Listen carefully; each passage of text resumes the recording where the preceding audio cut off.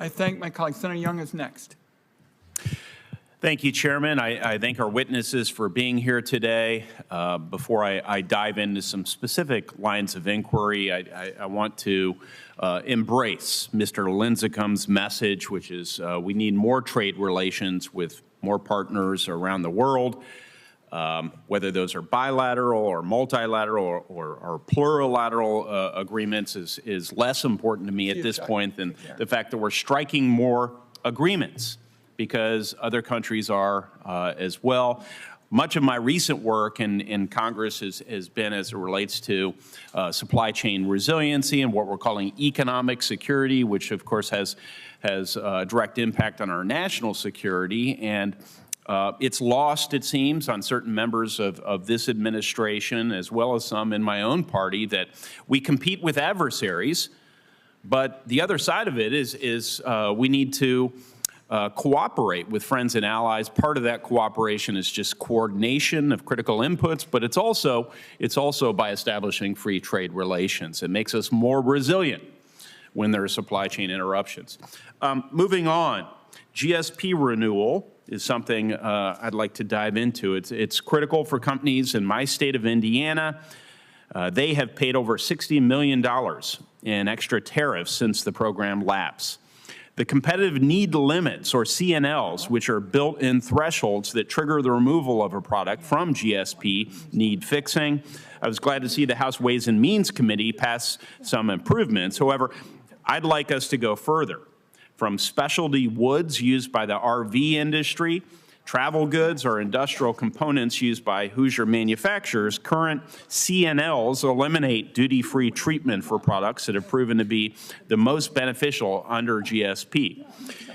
It doesn't make sense. Renewing GSP should be a common sense objective with an opportunity to enhance the program's effectiveness and help incentivize supply chain shifts away from China. Ms. Nelson, would higher CNL thresholds help ensure that Sanmar can keep using GSP in the future? Thank you so much for the question. And let me note that we have 1,400 customer businesses in Indiana who are relying on us to use GSP, to use these other trade programs. The main issue is speed of renewal. So in terms of changes to the program, from our perspective, the program was working until it stopped. And it did pull us from China. It did bring us to the Philippines and to Indonesia, to Myanmar. It is allowing us to export American values. And just renew it, please. Okay. All right. I've internalized the urgency to get that done. Thank you. On behalf of those Hoosier businesses as well.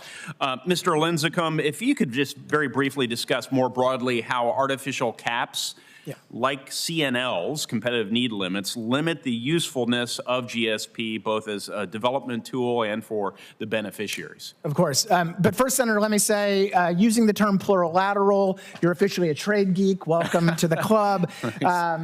More seriously, a CNL limit effectively says to a company or a country, you've gotten too good at making stuff, so we're gonna cut you off. So that, like you said, it really makes no sense. We should be encouraging companies in these places to become more efficient, to not only for their own benefit, for the benefit of American manufacturers, American consumers here as well. So yes, I agree with you. I mean, personally, I would get rid of the CNL altogether, but we should at least be raising that threshold so that as companies mature, they continue to benefit from the program just as it's supposed to do.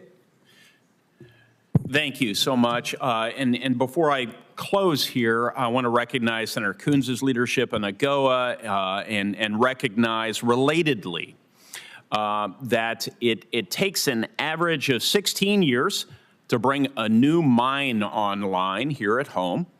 I think there may be another solution, sourcing raw minerals from abroad through foreign investment and market access. While an FTA should be the ultimate goal, renewing AGOA offers an immediate opportunity to strengthen our supply chains by partnering with African nations rich in these essential resources. Mr. Lincicome, very briefly, in your opinion, how can AGOA be updated to support the development of processing and refining infrastructure for critical minerals?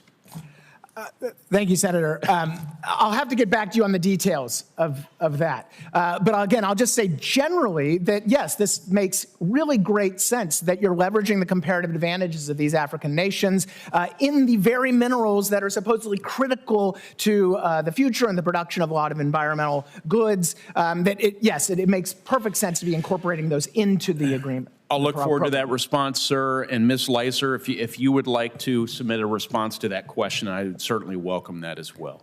Thank you. Yes, I would just say that we have these mineral supply partnerships that are important. We should be looking to put those in place with the DRC, Zambia, and other countries that have critical minerals, lithium, cobalt, et cetera. And then we might also want to look at the tax credits that IRA offers to FTA partners and potentially think about whether or not AGOA-eligible countries who have those critical minerals that we need, that we might not also incentivize investment into value addition in critical minerals in those countries instead of what's happening now where it gets shipped to China. Yes. And they make the EV batteries, et cetera. As much as I value these important discussions, we've got to move